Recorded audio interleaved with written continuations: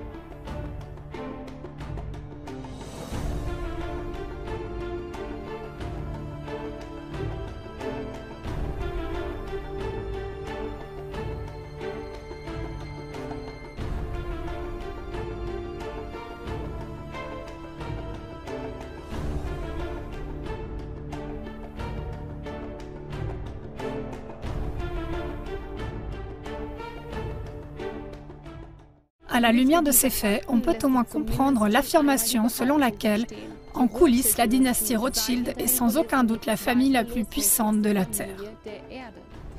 Leur richesse estimée s'élèverait à 500 billions de dollars.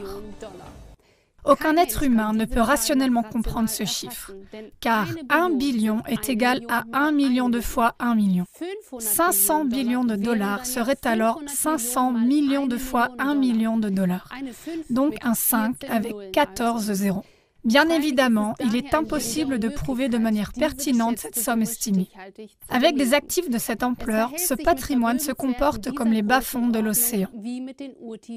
Il est à la hausse et à la baisse à tout moment, dans des proportions incroyables.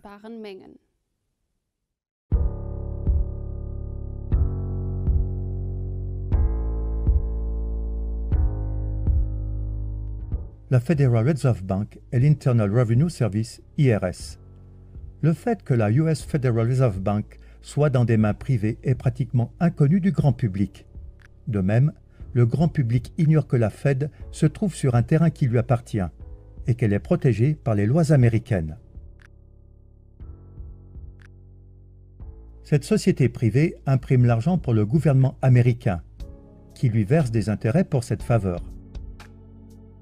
La Fed est à son tour contrôlée par les dynasties Rothschild, Rockefeller et Morgan. L'ensemble des États-Unis est donc endetté envers la Fed. En outre, la plupart des personnes vivant aux États-Unis n'ont aucune idée que l'Internal Revenue Service, IRS, est une autorité étrangère. Plus précisément, l'IRS est une société étrangère privée du Fonds monétaire international, FMI, et elle est l'armée privée de la Federal Reserve Bank, Fed. Son objectif principal est de garantir que les Américains payent leurs impôts et soient tous de bons petits esclaves. En 1835, le président américain Andrew Jackson a déclaré son mépris pour les banquiers internationaux. « Vous êtes une fosse pleine de serpents et de voleurs. J'ai décidé de vous exterminer. Par Dieu Tout-Puissant, je vais vous exterminer. » Si seulement les gens comprenaient l'injustice abominable de notre système monétaire et bancaire, nous aurions une révolution avant demain matin. Il s'en est suivi une tentative ratée d'attentat contre le président Jackson. Jackson avait dit à son vice-président, Martin Van Buren, « La banque, M. Van Buren, essaie de me tuer. » Ce sera le prélude d'une série d'intrigues qui marqueront la Maison-Blanche pendant encore des décennies. Les présidents américains Lincoln et John F. Kennedy ont tous deux été assassinés dans leur tentative de libérer le pays des banksters. Les mégabanques du monde. Il y a deux mégabanques qui offrent des prêts à tous les pays du monde, la Banque mondiale et le FMI. La première est détenue conjointement par les plus grandes familles de banquiers du monde, les Rothschild en tête, tandis que la seconde est entièrement détenue par les Rothschild.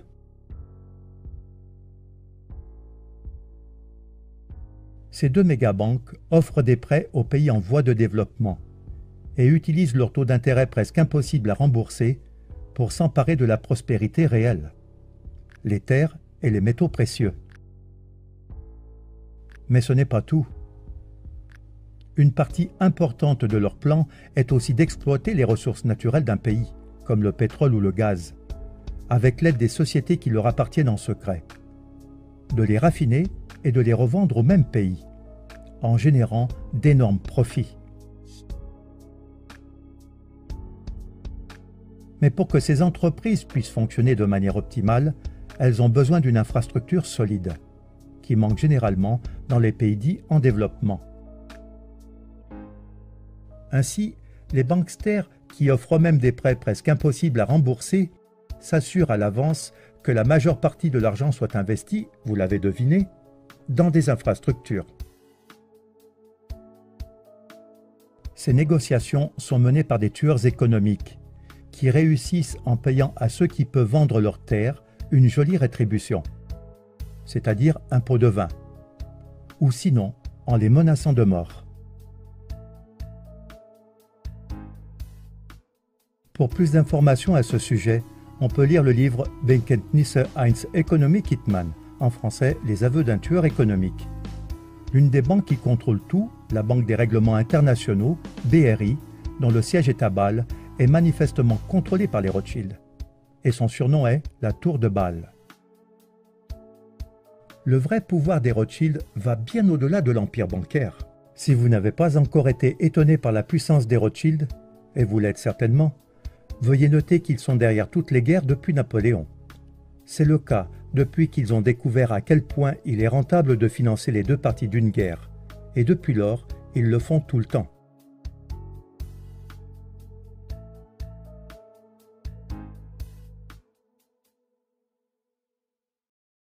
En 1849, Gutle Schnapper, épouse de Mayer Amschel Rothschild, « Si mes fils ne voulaient pas de guerre, il n'y en aurait pas. »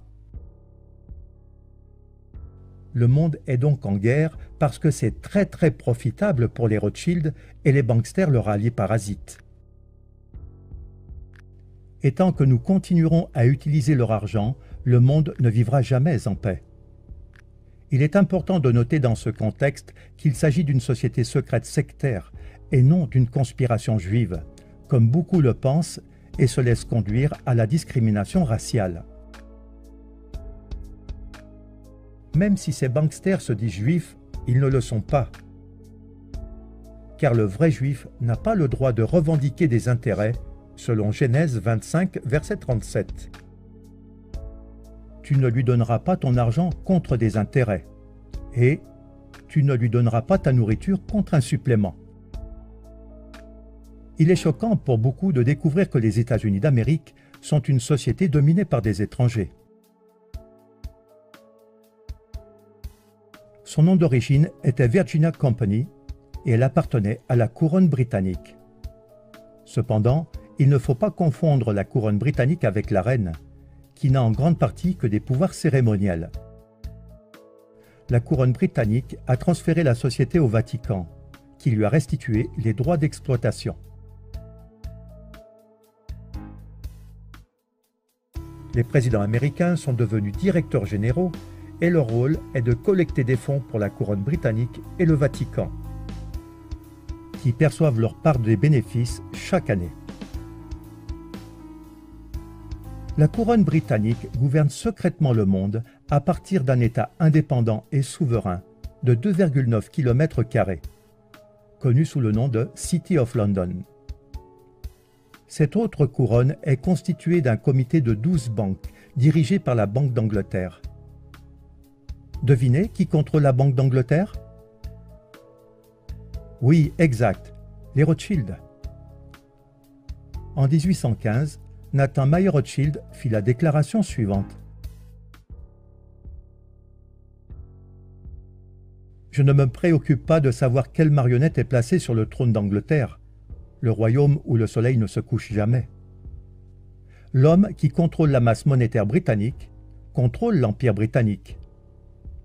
Et je contrôle la masse monétaire britannique. Ce n'est donc pas une simple théorie de conspiration, mais la maison Rothschild se trouve en fait au sommet de la pyramide du pouvoir. Si l'on fait des recherches approfondies, on découvre qu'ils sont le cerveau du nouvel ordre mondial et qu'ils dominent complètement d'un agenda mondial. Ils sont derrière l'Union européenne et l'euro, et ils sont derrière l'idée de l'Union nord-américaine et de la monnaie améro. Ils contrôlent tous les services secrets du monde et leur armée privée est l'OTAN.